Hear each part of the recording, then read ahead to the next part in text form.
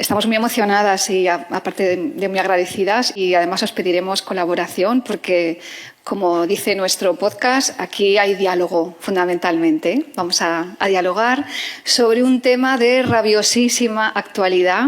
Vamos a meternos en la vorágine de opiniones y de comentarios que ha suscitado la Odisea de Nolan, queriendo evitar todo esto que ya habéis escuchado de los formatos, el casting, los episodios que faltan.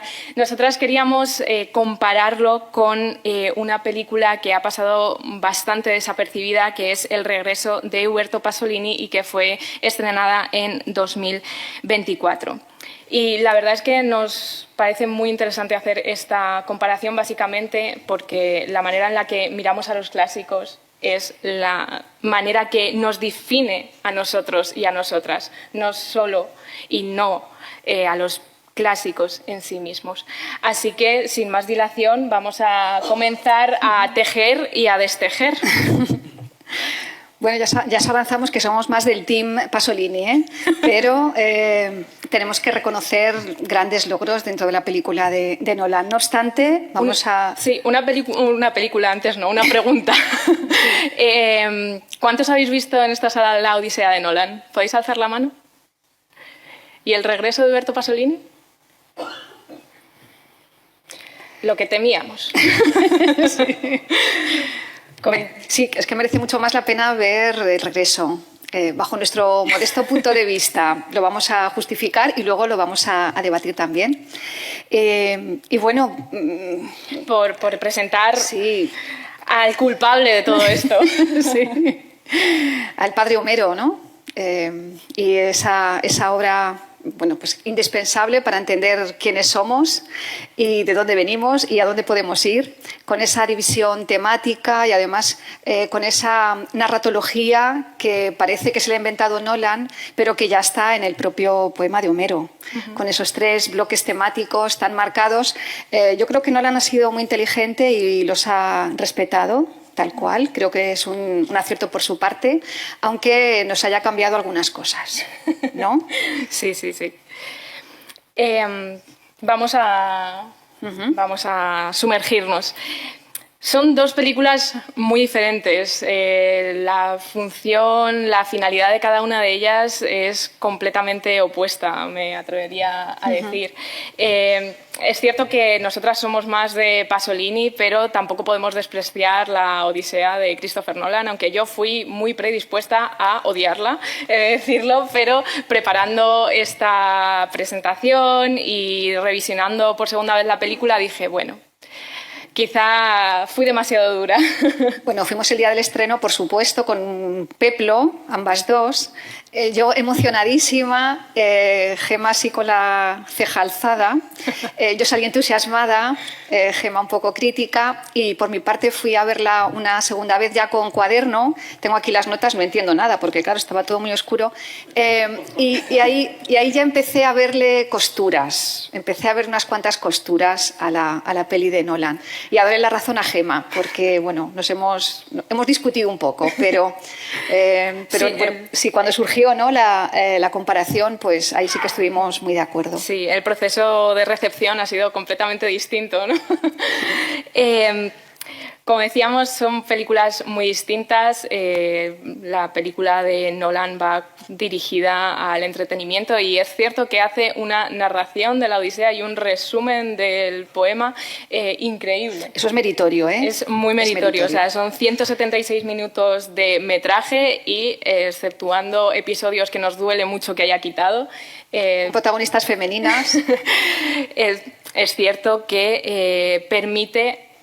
un acercamiento bastante adecuado o bastante bueno para empezar a despertar ese gustillo por los clásicos.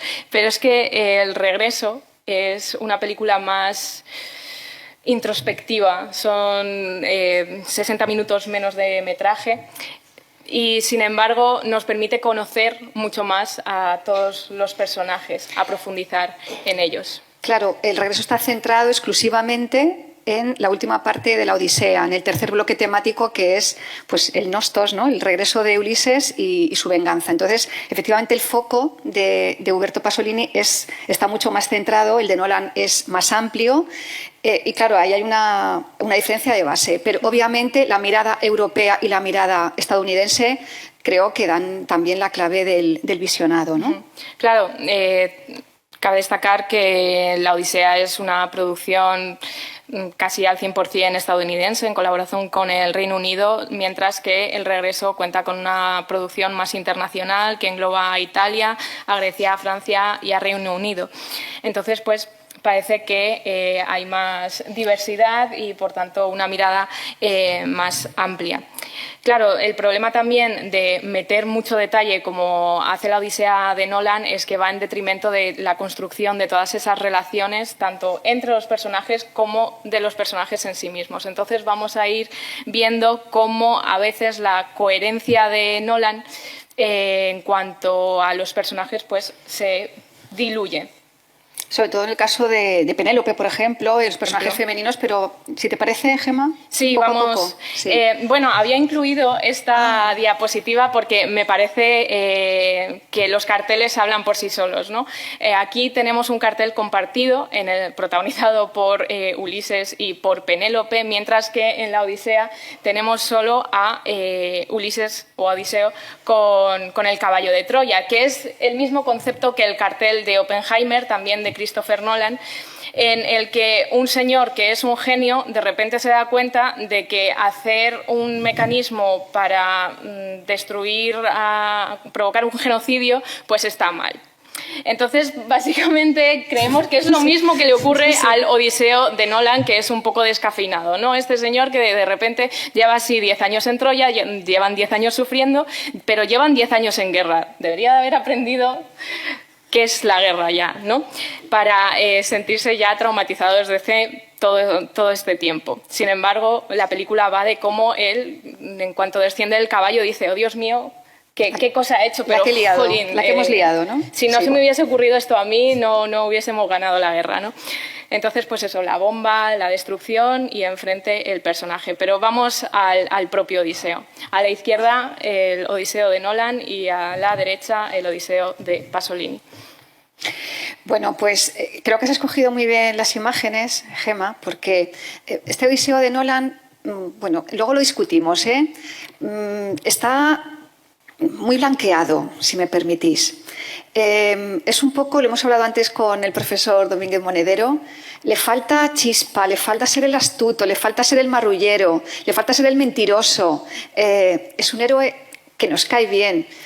Y nos gustaría que Odiseo nos cayera mal, como a veces nos sucede leyendo la obra de Homero, ¿no? Entonces, es verdad que es un héroe perfecto, un héroe estupendo, y justamente eso es lo que a nosotros particularmente nos falla. Y además es un héroe constante, porque a pesar de este cambio, ¿no? de repente ver el mal en sus acciones, él sigue sosteniendo el mismo ideal. Él va... Yo siento si hacemos algún spoiler, pero es un poema del siglo VIII antes de Cristo hemos tenido... No voy a decir ese comentario, ¿no? Pero no, creo que todos conocemos la Odisea, ¿no? El caso es que Odiseo es precisamente ese personaje completamente descafeinado. Y a colación del comentario que acabo de hacer, se me ha ido el hilo. No, que hemos echado de menos un héroe un poco malote, un poco, pues como su propio nombre indica, odioso, sí. Que es lo que significa su nombre, ¿no? Odiseo es el odioso, el incómodo, ¿no? Y este de Nolan, pues es como muy perfecto. Sí, es eso, lo que quería decir, lo del héroe constante, disculpadme. Él, en el momento en el que llega a Ítaca, salva o ayuda a Eumeo, salva también a Telémaco, después salvará a la propia Ítaca, acabando con todos los pretendientes, ¿no? Mientras que el Odiseo de Pasolini va a estar más quieto, más temeroso de tomar acción, ¿no? Y creo que es bastante interesante a la hora de afrontar lo que es el ideal y heroico. Es mucho más épico, aunque no lo parezca, el de Pasolini, ¿no? Eso, luego si queréis lo podemos debatir, pero es cierto que Odiseo sufre de estrés postraumático por culpa de la guerra. Y frente a lo que pueda parecer, creo que esto lo muestra mucho mejor la película europea, la película de Pasolini. ¿No te parece, Gemma? Sí, al final se toma mucho más tiempo en recrear todo esto y en mostrar al personaje verdaderamente incómodo consigo mismo y con su propio regreso a Ítaca. Al Odiseo o al Ulises de Pasolini lo que le preocupa realmente es enfrentarse al cambio. O sea, aparte del trauma de la guerra, está traumatizado por el cambio que la guerra ha provocado en él. No ya solo en el cambio de la civilización que dice Nolan, de que vienen los pueblos del mar. Porque esa es otra, los pueblos del mar. Bueno, el profesor Domínguez Monedero ahora podrá comentar algo, ¿no? En fin, bueno. Que el cambio se repite mucho, además. Sí. Es constante. El cambio de la civilización, ¿no? El verdadero problema del Ulises de Pasolini es el cambio en sí mismo y de ser aceptado en lo que antes era su vida. Y me parece que te rompe el corazón la película de Pasolini. Es muy emocionante. Avancemos. Avanzamos. Tú quieres llegar ya a las mujeres. Venga. Es que son muy importantes. Pues vamos a empezar por una de las más grandes, bueno, una de las divinas. La divina Atenea, ¿no? También se ha interpretado muchísimo. Bueno, es que nos hemos hinchado viendo opiniones de todo tipo y condición pues en el Instagram. O sea, todo el mundo tiene una opinión. Y es verdad que el aparato divino en la cinematografía contemporánea tiende a eliminarse porque nos cuesta mucho. O sea, nos resulta muy ajeno asumir que los dioses lo controlan todo en el mundo homérico, ¿no? Entonces, es verdad que ya desde la Troya de Petersen, que es un peliculón, aunque ya sé que tiene muchos detractores, pero me parece deliciosa, ya desde ahí se eliminó todo el aparato divino. Y aquí tampoco aparece más allá que bueno, la propia diosa Atenea. ¿Pero es la diosa Atenea? ¿O qué representa la diosa Atenea? ¿Tú cómo lo ves? Bueno, aquí sí que no quiero hacer spoiler porque me gustó mucho el detalle de Nolan. ¿O qué hacemos? No sé, es que hay mucha gente que no la ha visto. Me parece que van a ir el miércoles, Día del Espectador.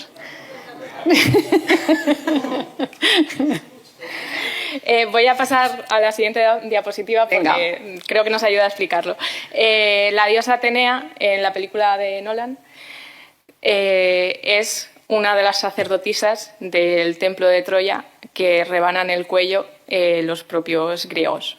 Entonces, Odiseo es testigo de esa decapitación y se queda traumado y se queda con la imagen de esa muchacha en su cabeza y la muchacha le va a acompañar a lo largo de todo el viaje como si fuese la diosa Atenea.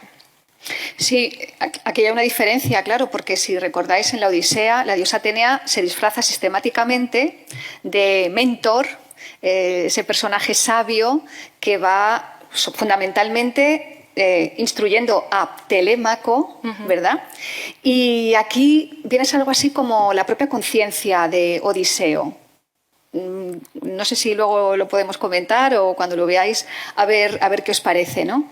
Pero sí, creo que es un guiño bonito por parte de Nolan, pues igual que cuando en la película le dice Telémaco a Mentor: ¡ay, tienes unos ojos de sabio como los de la propia diosa Atenea! Claro, es que en la Odisea es la propia diosa Atenea. Entonces, a los que hemos leído la Odisea, pues esas cosas nos encantan. Y por eso a mí pues también me cayó tan estupenda el primer visionado, porque hay guiños de este tipo que creo que sí que revelan pues una lectura atenta por parte del director, que por cierto se jactaba muy mucho de haber seguido la traducción de Emily Wilson, una traducción que llaman la Odisea feminista.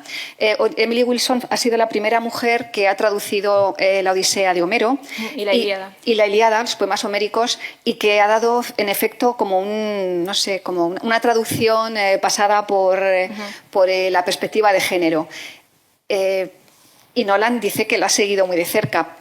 pero a nosotras no nos lo parece. Nosotras tenemos nuestra duda y creemos que ha sido más un gancho para el público y para justificar su película que verdaderamente un propósito de mostrar a los personajes femeninos que ya Homero retrata como fuertes y reivindicarlos. El caso de Atenea también llama la atención porque está presente en el poema desde los primeros versos, acompaña a Telémaco y va a acompañar también a Ulises y va a ser un personaje activo. No se va a limitar a ponerle cara de circunstancia a Odiseo. ¿Está aquí con cara de circunstancias? Sí, más o menos, no está cara, ¿no? Esta es la actuación de Zendaya en casi todo el metraje. No, la diosa Atenea, dices que es activa. A mí cuando más me gusta es cuando embellece a la gente, o esto me parece lo más, ¿no? Y entonces Atenea, ¡boom!, te vuelve más alto, más bello, más... No es esta Atenea. Entonces, no. Bueno, pero el guiño es bonito. El guiño es bonito. Bueno, por lo menos reconócemelo. Sí. A mí es uno de los detalles que más me gustó, que en el primer visionado dije, pues muy bien. Bueno, venga, pues mini punto para Nolan. Traía también esta diapositiva porque me pareció muy interesante, ¿no? El cambio, ¿no? Así inicia la película, con los troyanos aceptando el caballo, diciendo compartimos dioses, respetad la ofrenda porque uno de ellos ya está intentando destruir el propio caballo. Sin embargo, cuando los griegos llegan a Troya, lo primero que hacen es destruir esos ídolos que comparten. Al principio dije, uy, esto es falta de coherencia, pero no, luego recordé esto de los pueblos del mar y de cómo los griegos están destruyendo precisamente estos dioses compartidos, esa ley de Zeus que también repiten una y otra vez a lo largo de la película, y dije, vale. Venga, va. Avanti. Avanzamos. Calipso.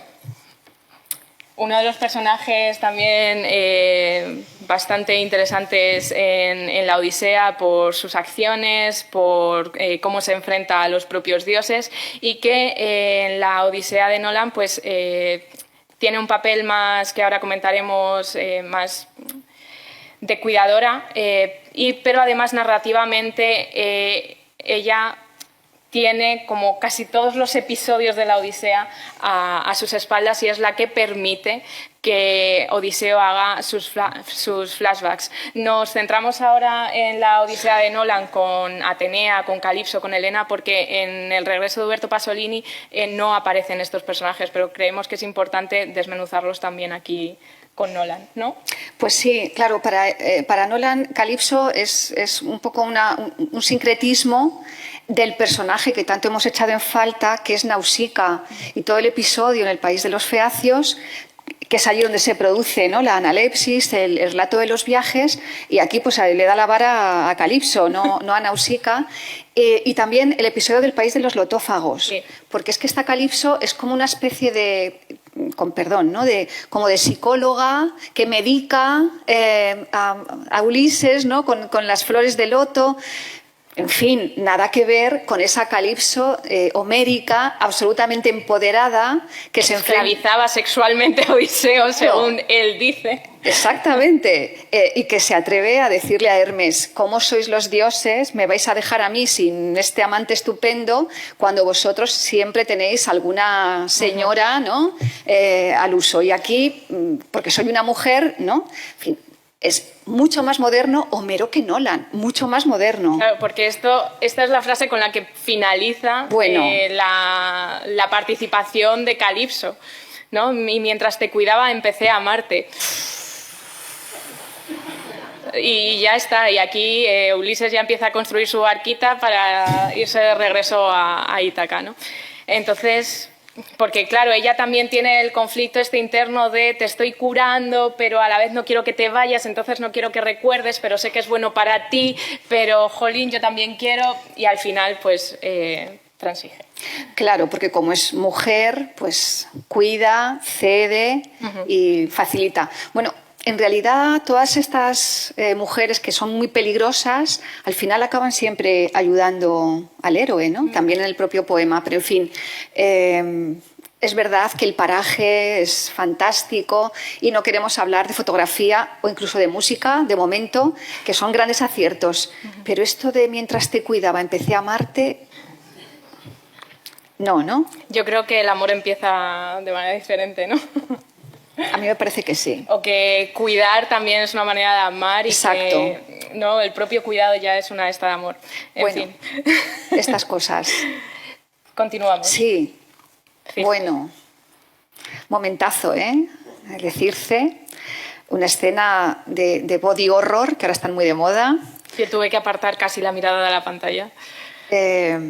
Pero también, pues, Lola no se la ventila en nada. Se supone que Odiseo está con ella una tarde y sabemos que fueron muchos años y muy productivos. Entonces, Y tanto. ¿qué ha pasado aquí? ¿Qué ha pasado? ¿Por qué? Pues creemos que es por blanquear al personaje, ¿no? Claro. Porque mientras está Penélope en su casa con la tricotosa, pues ¿cómo va a estar su marido echando una canita al aire? Entonces, pues no, todo eso, ¿no? Yo creo que forma parte de ese proceso de blanqueamiento. Pero, en fin, es una Circe. La verdad es que la escena es... toda la secuencia es brutal, ¿no? Es espeluznante. Es muy espeluznante. Para los que no hayáis ido, ojo, ¿eh? De hecho, no he incluido iba a incluir los fotogramas, pero los quité porque es digno de ver en la pantalla. Además, técnicamente está hecha de una manera impecable, con animatronics. Sí. La verdad es que es muy espeluznante, Pero volvemos a lo mismo. De hecho, nada más encontrarse a Circe, porque van los soldados de Odiseo, ella se tira al suelo como muy dramática, rollo, no me violéis, por Dios, no me hagáis daño, tal. ellos solo iban a pedir comida, ¿no? Claro, creo que nos hace flaco favor a las mujeres, ¿no? Es cierto que si te vienen 8 soldados armados con espadas y tal, pues te asustas, ¿no? Pero creo que es una representación de, ¿no?, esa predisposición de la mujer hacia el miedo de los hombres bastante peligrosa, cuando encima en el poema no se retrata a Circe de esta manera. Y, por supuesto, la escena de la espada, que aquí siempre pasamos de largo, o siempre hemos pasado de largo, la escena en la Odisea en la que Ulises le pone la espada en el cuello a Helena y de repente viene Nolan, a Circe, y de repente viene Nolan y pone la espada en el cuello de Odiseo, ¿no?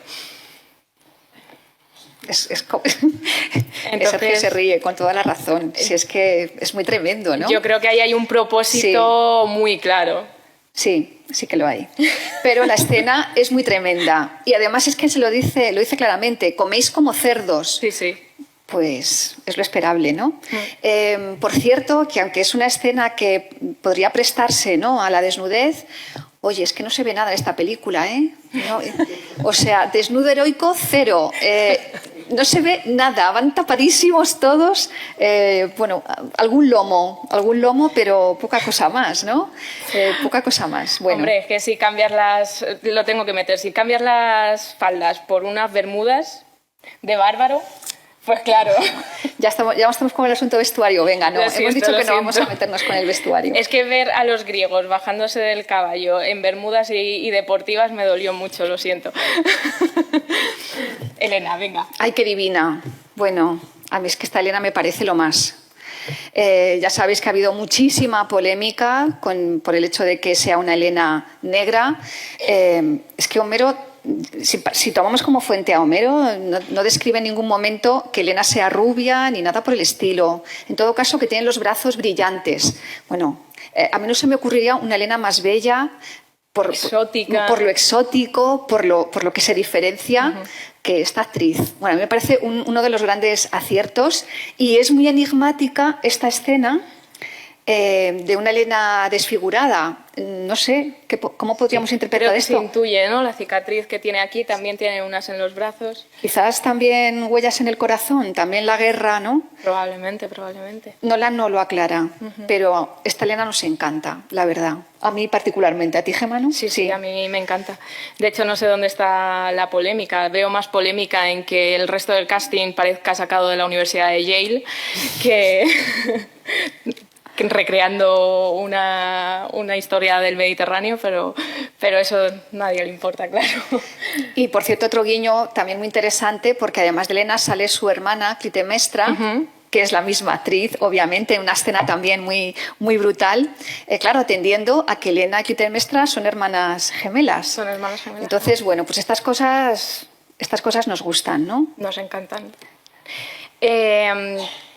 También comentaremos ahora que una de las que más sufre la tijera de Christopher Nolan va a ser Penélope, y de hecho en esta misma escena que se encuentran en el banquete de Menelao cuando llega Telémaco a Esparta, es la Helena de Nolan ya golea en agencia a Penélope cuando le dice, está contándole Menelao a Telémaco que la culpa fue de Helena, ¿no? Que tuvieron que partir a Troya por ella y demás, y ella le mira con esta cara y le dice, no, la culpa es de la ambición de tu hermano, que quiso ir a Troya a llevarse todos sus tesoros y a destruirla, ¿no?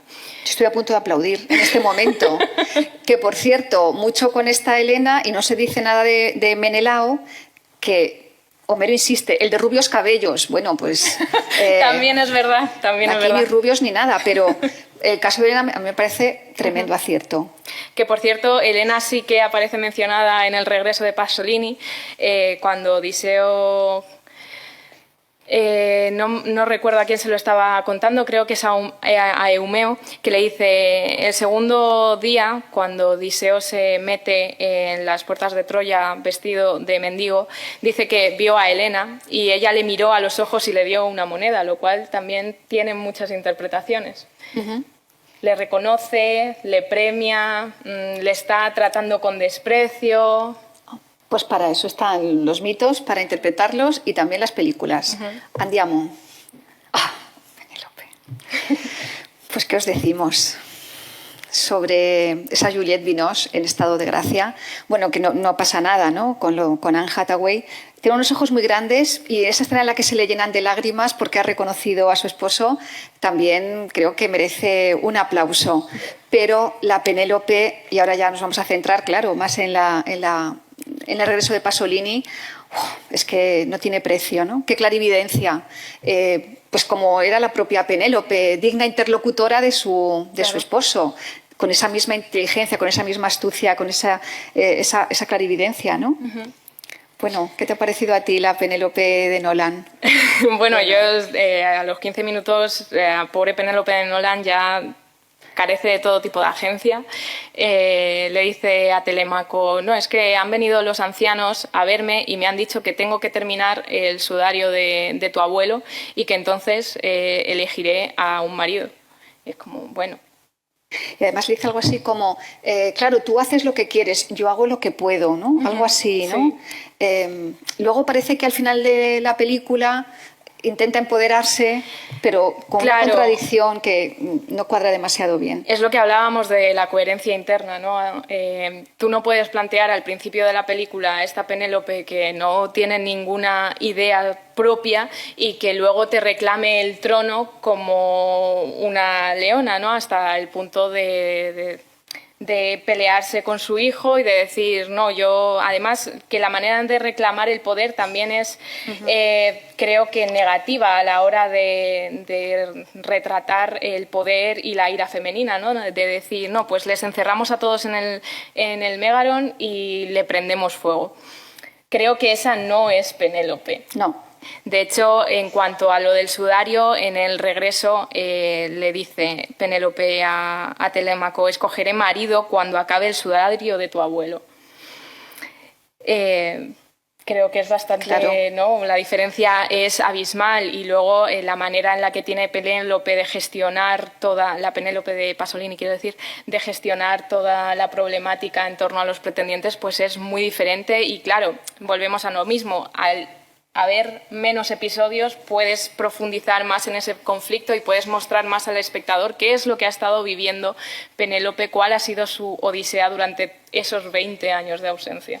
Bueno, de hecho yo creo que uno de los puntos culminantes de la película de Pasolini es esa entrevista entre los dos, entre Penélope y Odiseo, cuando ella le dice ¿por qué los hombres encuentran la guerra pero no el camino a casa? ¿Por qué los hombres van a la guerra? ¿Por qué violan y asesinan? Y añade, y a mí se me heló aquí la sangre en las venas, violó y asesinó a mujeres y niños mi marido. Y está allí Odiseo. Están cara a cara. Cara a cara, no puede responder, él baja la cabeza y esto me parece un momento. Porque es que además sabes, estás viendo en esa Penélope que ella sabe a quién se está dirigiendo. Y es que te pone, sí, los pelos de punta. Y precisamente en esa pregunta que hacía Penélope de cómo un hombre puede encontrar la guerra pero no el camino a casa, le responde Odiseo, porque algunos hombres la guerra para ellos se convierte en su hogar, ¿no? Uh-huh. Y eso ya dice mucho de ese cambio que ha tenido él y de cómo él también intenta justificarse ante su mujer. Podemos seguir hablando de Odiseo y de la guerra. Bueno, esta es Penélope en el telar en un entorno completamente privado en Pasolini, y aquí tenemos este detalle que también nos gustó mucho. Sí, a mí la celosía me gusta, no sé lo que os ha parecido, ¿no? Esa celosía que separa a Penélope de los pretendientes, pero sin lugar a dudas la versión de Pasolini, desde el punto de vista del vestuario también, de los escenarios, es mucho más arqueológica. Creo que está mucho más cerca de lo que imaginamos, ¿no? Cuando leemos a Homero. Pero sí, a mí el espacio creo que también se merece un punto. Se merece un punto, sí. Un punto. Venga, un mini punto, como dices tú. Siguiendo también con este enfrentamiento, este debate cara a cara que tienen Penélope y Odiseo antes de movernos al certamen, ¿no? Yo creo que vamos a terminar vamos al certamen ya enseguida. Odiseo le explica que se vengaron por los 10 años lejos de casa, que no podían tomar la ciudad y que por eso tuvieron que destruirla, ¿no? Y a Eumeo, escenas antes, le llega a decir que la guerra está presente en todo lo que ve y en todo lo que toca, en una copa, en una mesa. Ahí está la guerra, en todo, esperando a que él la despierte. Entonces, yo creo que el Odiseo de Pasolini también tiene miedo a llevar la guerra al único lugar seguro que ha conocido, ¿no? Que es Ítaca y es Penélope. Y de hecho está horrorizado por la posibilidad de que Penélope lo rechace. Uh-huh. Eso creo que también es un enorme acierto, ¿no? Por parte de Pasolini. Venga, vamos a llegar al certamen. ¿Estás nerviosa? Es que me pareció brutal y creo que me impactó más la versión europea que la propia de Nolan, que es una escena muy larga, donde, por cierto, el pretendiente más odioso es de los últimos en morir, cuando efectivamente en la Odisea es el primero que cae, ¿no? Hombre, es que ¿quién se hubiese podido resistir? Una cosa que me ha pasado, y lo comparto para que luego me digáis lo mismo, es que, claro, son actores tan famosos que al final Antino es que me parecía el de Crepúsculo todo el tiempo. O sea, yo veía al vampiro todo el rato y veía al diablo viste de Prada todo el tiempo. Y a Spiderman. Y a Spiderman. Me costó un poco en ese sentido, ¿no? Sí. Pero bueno, Antino la verdad es que es muy odioso y... No, en ese sentido hace muy buen papel. Sí, creemos que sí. Pero creo que me impactó más la escena que es más pequeña, más recogida y volvemos a lo mismo, más pausada, sí. Más que tiende al desarrollo. Y por supuesto pone a Penélope por las nubes, uh-huh. Porque es ella quien toma absolutamente todas y cada una de las decisiones. En el momento en el que ella presenta el certamen y uno a uno los pretendientes van fallando y al final ya solo queda ese mendigo que está ahí apartado, él se propone y le dice: mi reina, ¿un vagabundo se convertiría en hombre? Ay. O sea, se lo pregunta. A mí esto me parece, vamos... Le pide permiso para entrar en ese certamen. Sigue la escena y reitera: ¿qué opina la reina? ¿Puedo hacerlo? ¿No puedo hacerlo? Porque Telémaco duda. Telémaco no quiere darle el arco a su padre. De hecho, lo hablábamos antes, que habías leído o habías visto que alguien proponía un complejo de Edipo. Un complejo de Edipo para el Telémaco contemporáneo, ¿no? Pero eso creo que es un debate ya muy profundo. Otro melón. El caso es que el Telémaco de Pasolini incluso se propone él mismo para casarse con Penélope, para quitarse a todos los pretendientes del medio, intenta tensar el arco, y es aquí cuando interviene Odiseo y cuando le ve dudar, Penélope lo mira como te mira tu madre cuando haces algo que no le está gustando. Sí. Dice, dale el arco a tu padre. Absolutamente reconocido ya, claro. Totalmente. Sí, evidentemente reconocido, Odiseo. Y una vez terminada la matanza, que esto ya es... O sea, si ya me parece maravilloso que este Odiseo pregunte, cuando termina la matanza, le dice, ¿es esto lo que queríais? ¿Habríais amado al hombre en que me convertí? Perdóname. Perdóname. Perdóname. Esto, vamos, yo creo que ni lo veía venir el Odiseo de Nolan. No. Ni se lo planteaba. No, nunca lo hubiera planteado. Que hablando también, es que tengo el papel lleno de citas de no quiero acaparar, ¿no? Pero es que la diferencia de escena es brutal, porque en la Odisea de Nolan es Antino el que lleva casi las riendas del certamen, ¿no? Y es el que pone fin y dice, mi reina ha aprobado su punto, no podemos reemplazar a Odiseo, algunos ya lo sabíamos, pero nunca volvió, así que elige uno, hemos fallado tu prueba. Y Odiseo salta desde atrás. Yo no la he fallado, quiero probar, sin ningún tipo de tal. Y Telémaco es el que le dice, pues si tú no quieres probarlo, Antino, que lo pruebe él, dejadle. Y aquí es cuando ya se produce la anagnórisis, el certamen, la matanza y absolutamente todo. Bueno, absolutamente todo. Nos falta la cama del tálamo, ¿no? Jo, cómo echamos de menos eso y otras muchas cosas, y lo de nadie, echamos de menos muchas cosas. Pero lo que queremos ahora es que habléis, que preguntéis, que nos deis vuestra opinión. No nos vayáis. Ah, bueno, que vais a pasar el micrófono. Queremos diálogo. ¿Qué os ha parecido? ¿Cuál es vuestro punto de vista? Es lo que queremos ahora. ¿Quién empieza? ¿Vais a ir a ver la Odisea de Nolan después de esto? No, lo que espero es que vea todo el mundo el regreso. A ver. Hola, sí. Sí. Hola, buenas. Hola.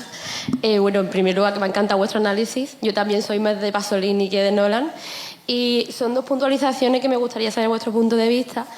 La primera es el personaje de Telémaco, porque personalmente a mí sí que me gustó más el de Nolan que el de Pasolini.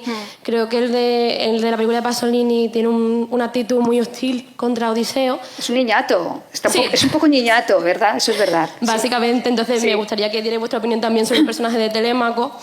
Y la otra puntualización también sobre el arco, que no sé si en la película de Pasolini os disteis cuenta que el hecho de poder montarlo, ensamblarlo, se debía más a una cuestión de ingenio, que solamente conocía Odiseo, antes que a la fuerza bruta, que en la película de Nolan es, bueno, pues yo soy el más fuerte, tal.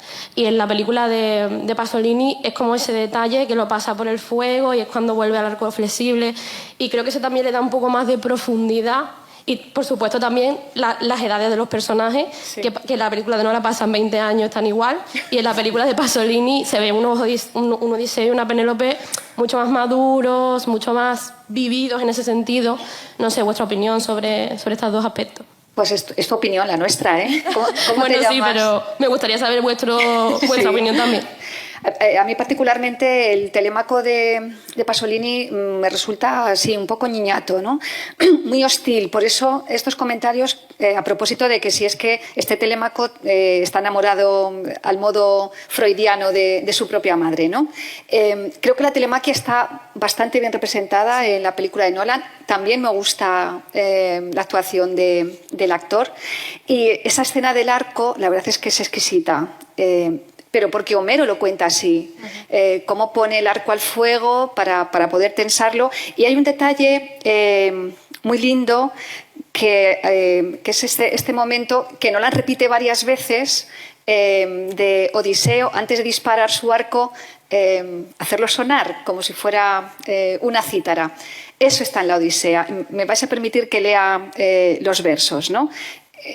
La Odisea aparece en la escena del certamen, pero a Nolan le ha gustado, le ha hecho gracia. Yo creo que es muy bonita también esa escena, ¿no? Así los pretendientes hablaban y Ulises divino levantó, luego de examinarlo muy bien, el gran arco. Y lo mismo que aquel que conoce la lira y el canto, ya que estamos en una jornada sobre música, me parecía que había que leer esto. Con la nueva clavija le es fácil tensar una cuerda de torcido intestino de oveja fijada a ambos lados.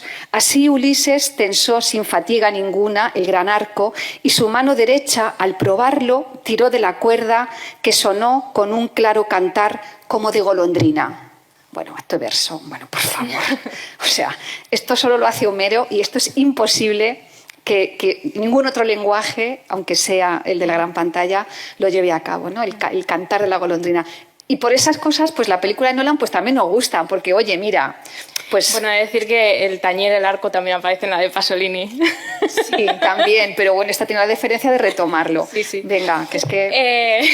Ella muchas gracias, ¿eh? Sí, muchas gracias. Además, lo que apuntas sobre el ingenio en la película, por debajo de la fuerza, es que está muy claro, ¿no?, que el ideal de Nolan no es el de Homero, porque hay un cambio muy grande entre la Ilíada y la Odisea, ¿no?, que en la Ilíada es donde están los héroes fuertes, por así muy resumido, ¿no?, y en la Odisea es donde está el héroe ingenioso. Y es que el Odiseo de Nolan no es para nada ingenioso, es un héroe muy descafeinado, como decíamos antes. Perdemos lo de me llamo nadie, perdemos el poner el arco al fuego, ¿no? Perdemos toda esa astucia de ese Odiseo que hace a Odiseo Odiseo. Sí, es verdad. Muchas gracias. Gracias. ¿Qué más? Sergio, por favor. Sí.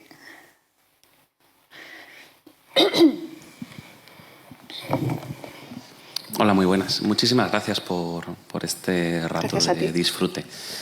Yo quería poneros un poco en el compromiso de cuál sería vuestra interpretación ideológica, aunque se puede desgranar, ¿no?, de lo que habéis ido comentando, y política, porque yo tengo no conozco tanto la recepción cinematográfica, pero sí las versiones teatrales de la Odisea, y creo que cada una ha sido hija de su tiempo, ¿no?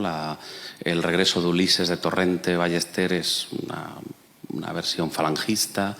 La de Buero Vallejo, La tejedora de sueños, es una versión de ese republicanismo posibilista. La de Carmen Resino es hija de la transición.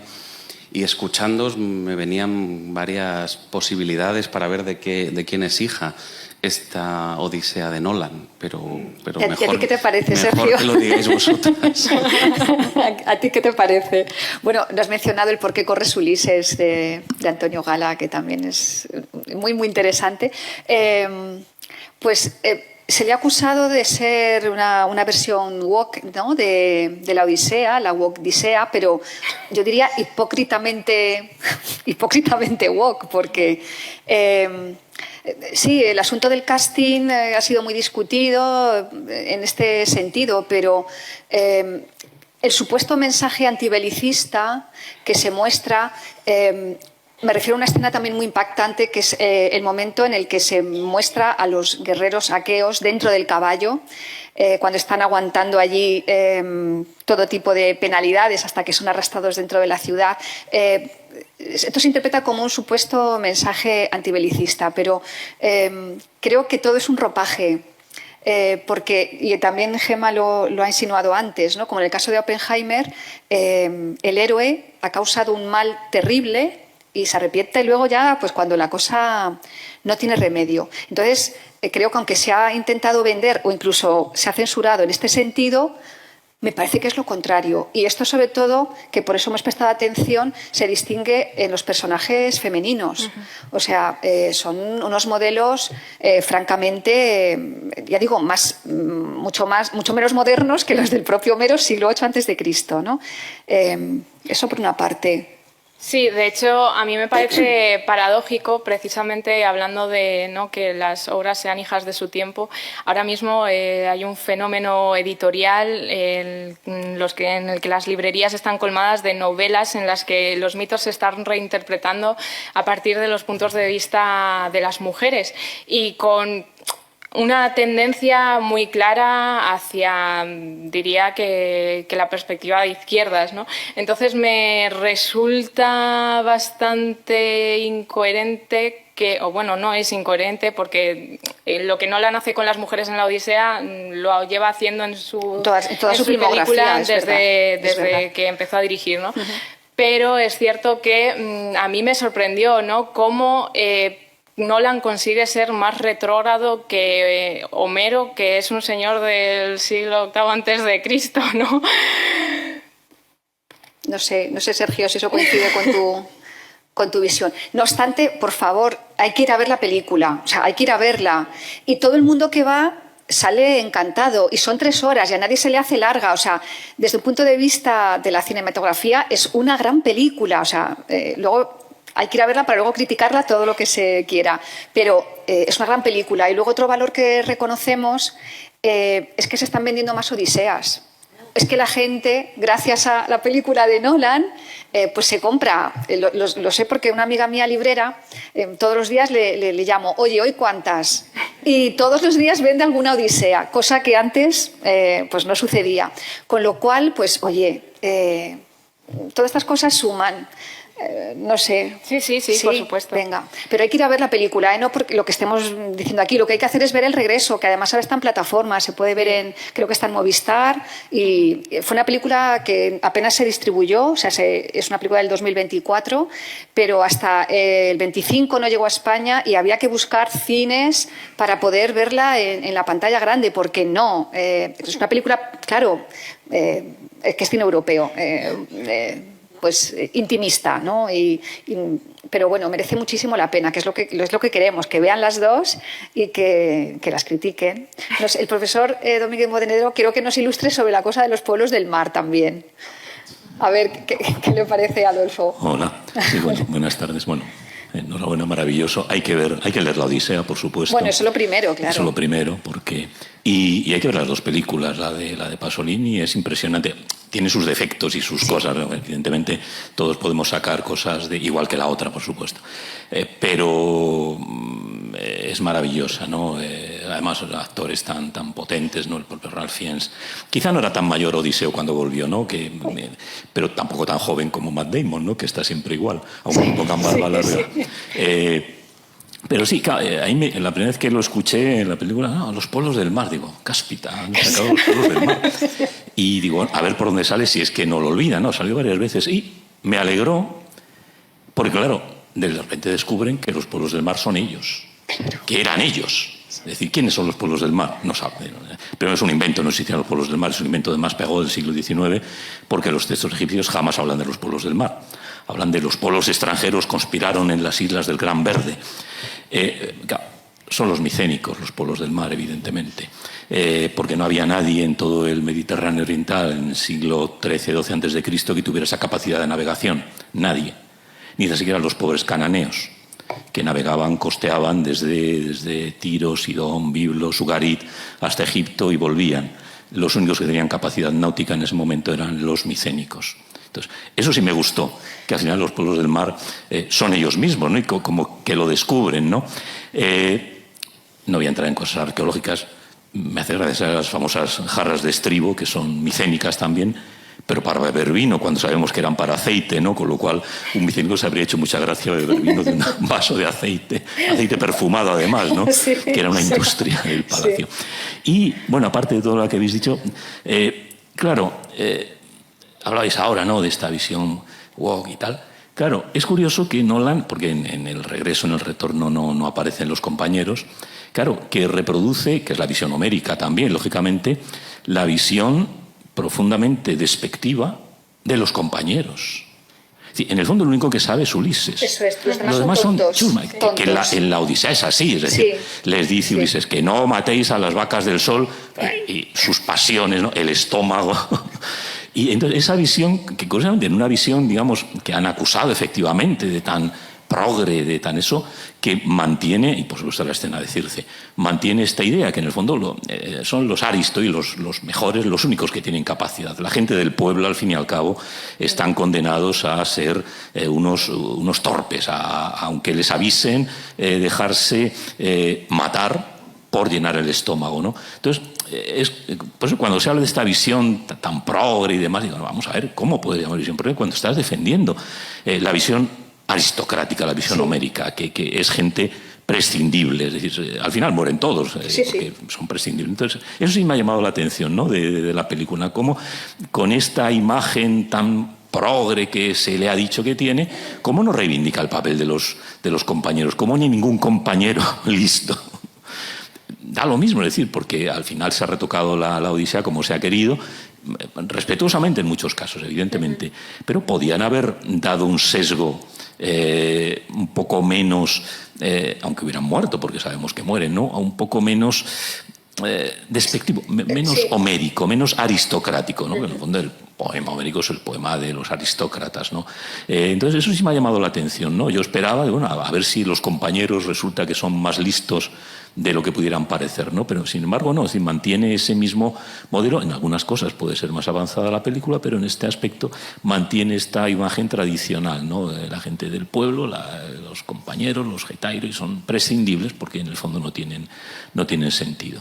Y bueno, hay escenas espeluznantes, evidentemente, la ejecución de la sacerdotisa, que recuerda mucho a ese impresionante sarcófago que hay en el Museo de Troya, ¿no? Es el de Políxena, ¿no? Que es la que es sacrificada casi de esa manera, ¿no? Es decir, ahí, dentro de eso hay muchas referencias homéricas, incluso a la iconografía. Me ha disgustado la escena de las ovejitas, ¿no? Es decir, se podía haber hecho mejor, porque las ovejitas de un cíclope no son esos borreguitos que nos ponen, eran bichos enormes, ¿no? Pero bueno, pero sí que tiene algunas referencias, como también comentabais antes, ¿no? Es decir, un poco una de cal y una de arena, ¿no? Es un espectáculo y como se dice muchas veces cuando se trata de películas históricas, ¿no? Si quieres aprender historia, vete a la universidad, eso es cine. Claro, es otra cosa, es otra cosa. Es cine y Homero es poesía. Y es poesía, por supuesto. Tampoco es historia, o sea, es que claro. Que no ha existido, es decir, no ha existido la guerra de Troya, no ha existido Aquiles, ¿no? Aunque los antiguos lo pensaban, por supuesto. Alejandro Magno era descendiente de Aquiles y que no le dijera a nadie lo contrario. Entonces, porque para los griegos eran sus antepasados, evidentemente, y lo primero que hace Alejandro cuando desembarca en Asia, manda a su ejército a tomar posiciones y él va a Troya a sacrificar en la tumba de Aquiles, pero también en la tumba de Príamo, porque también por parte troyana tiene antecesores, ¿no? Entonces, bueno, para los griegos eran realidad, para nosotros, bueno, son un mito y demás. Y por lo tanto, de la misma manera, ¿no? El mito es interpretable. La Odisea no acaba en la Odisea, ¿no? La propia profecía de Tiresias, que no sale en la película, le dice que cuando regrese tendrá que ir a un sitio. Bueno, sí sale. Sí sale, sí. Pero claro, lo que sabemos por la posoméricas, por la telemaquia, es que al final el que se va es él solo. Efectivamente. Exacto. No vamos a hacer spoilers, pero el que se va es él solo. Esa escena final que parece Titanic, ¿no? El que se va es él solo. Y se va a Desprocia, se va a Epiro, allí se casa con una señora, tiene su hijo, es decir, que está deseando volver a Ítaca, pero cuando vuelve a Ítaca y mata a los pretendientes y sube a comprobar la cama hecha en la rama, en el tronco de un olivo, se va otra vez. Entonces, quiero decir que tiene sus lecturas, ¿no? Pero digamos que lo positivo de esto es que seguimos hablando de Homero, de Odiseo, de la importancia de los clásicos, del peso que tiene, ¿no? la propia tradición clásica en nuestro mundo, aunque algunos no quieran verlo, ¿no? Es decir, seguimos viviendo de este mundo, por eso nos sigue siendo actual, sigue siendo importante, ¿no? Y este podcast va a tener muchas visitas, sin duda ninguna, como todos los vuestros, evidentemente, pero este posiblemente más, porque es un tema que está muy en día, gracias a Hollywood, gracias a estas cosas. Pasó con Troya, pasó con todas estas películas, ¿no? Y entonces, al final, es la reflexión, es decir, seguimos viviendo de este mundo, seguimos alegrándonos, enfadándonos, pero porque nos sigue importando, ¿no? Porque sigue formando parte de nuestro concepto. Y todos, en un país en el que todos somos entrenadores de fútbol si hace falta, somos jefes de un Cecopi para decir por dónde tiene que controlarse el fuego, todos seríamos un Nolan o un Pasolini y diríamos, no, tenías que haber metido esto, tenías que haber metido eso otro, ¿no? Pero eso quiere decir que nos importa, que nos sigue importando, nos sigue interesando. Pasolini es una pena que la película no haya tenido ese recorrido, que lo merece, y lo merece mucho, y seguramente con el tiempo lo irá teniendo, pero la de Nolan demuestra la importancia que tiene la Odisea, ¿no? Que se hayan llenado millones, que se hayan recaudado millones de dólares en un solo fin de semana, ¿no? ¿Por qué? Porque es un tema que importa. otros temas probablemente importarían menos, ¿no? Entonces esa quizás sea la cosa más positiva, ¿no?, de todo esto. Aparte de que, por supuesto, para los profesores de historia pues es un elemento importante pues coger todos los defectos que han sacado, todas estas pejilleras que a los estudiantes les encanta, ¿no?, porque hacen sesiones en la facultad, nosotros hemos hecho algunas veces en la mía, de cine histórico, pues es siempre lo más curioso, ¿no?, pues poner la imagen, bueno, la Atenea esa que matan, eso es una core del siglo VI antes de Cristo, es decir, 500, 600 años posterior. Y además yo dudo mucho que los troyanos acabaran con Atenea. Se llevaron el Paladio, como sabemos bien, y ahí estuvo Odiseo también. Exacto. Para llevarse el Paladio. Y ahí le reconoce Helena. Y no le da una moneda porque faltaban todavía 800 años para que se encontrara la moneda. Claro. Aparte de eso, ¿no? Como en la famosa de Troya, ¿no?, que les entierran a todos con moneditas en los ojos, pero vamos, las monedas todavía faltaban 800 años para que se inventaran. Pero bueno, en las clases de historia eso es muy útil, ¿no?, porque les pones el ejercicio a los estudiantes, bueno, define e interpreta a ver qué elementos anacrónicos encuentras, ¿no?, y a partir de ahí discutes, ¿no? Es decir, aunque solo sea para los que trabajamos en este mundo, ¿no?, plantear material para clases, para prácticas, pues nos da la vida, porque Troya ya está muy vista, 300 está ya muy vista, estas son nuevas, ¿no?, con lo cual vamos a tener todavía unos cuantos años en que vamos a usar esta película para volver a reflexionar sobre la mirada sobre los clásicos. Bueno, sin duda. Que no quería hablar tanto, perdón. Fijaos que el otro día compré una revista del Corazón, o sea, de estas de... en la portada estaba lo del Mundial, claro, el gol, tal, y conoce... con una foto de Zendaya como Atenea, conoce todos los secretos de la obra que ha inspirado la película, en una revista del Corazón. Y efectivamente compré la revista y aparece unos cuantos párrafos explicando quién es Homero, qué es la Odisea. Bueno, esto es fantástico. O sea, que esto se lea en las peluquerías. O sea, me parece lo más. Entonces, en efecto, en ese sentido yo creo que nos está haciendo un favor, Nola, la verdad. ¿No? ¿Qué más? ¿Alguna opinión más? De quienes han visto, los que no, que vayan, ¿eh? Enrique, ¿que nos cuentas algo? ¿Has visto la película? ¿Ninguna de las dos? Bueno. Maru, es que Maru también es una de las diosas que dialogan a menudo. Te voy a pedir, no sé si pedirte la opinión o que nos recites algo relativo a... algo de tu poemario para clausurar la sesión. Si no tiene nadie ninguna cuestión más. Maru Bernal. Gracias, Maribal. Me parece muy bonita la línea tan delgada que hay entre la criatura y el hombre a propósito del cíclope y el lenguaje. Sí. No digo más, porque es que se la estamos destripando. Pero es muy bonito, ¿no? Como el lenguaje hace que vean al cíclope de otra manera. Sí. Puede hablar.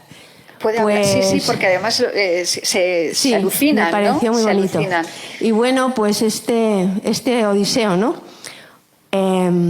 Ojeador de nubes, perito en sirenas, compañero de Escilas, Caribdis, demás diosas esquivas, viejas cicatrices, curtidos fantasmas... Avezado navegante de líquidas rutas ignotas, inusitados horizontes, lejanas contiendas libradas en la memoria. Aquella última tarde de otoño, acodado en el bar de su pueblo frente a una frasca de vino, nadie recordaba su nombre. Nadie recordaba su nombre. Muchas gracias, así terminamos. Gracias. Gracias, Maru. ¡Qué final! ¡Qué final!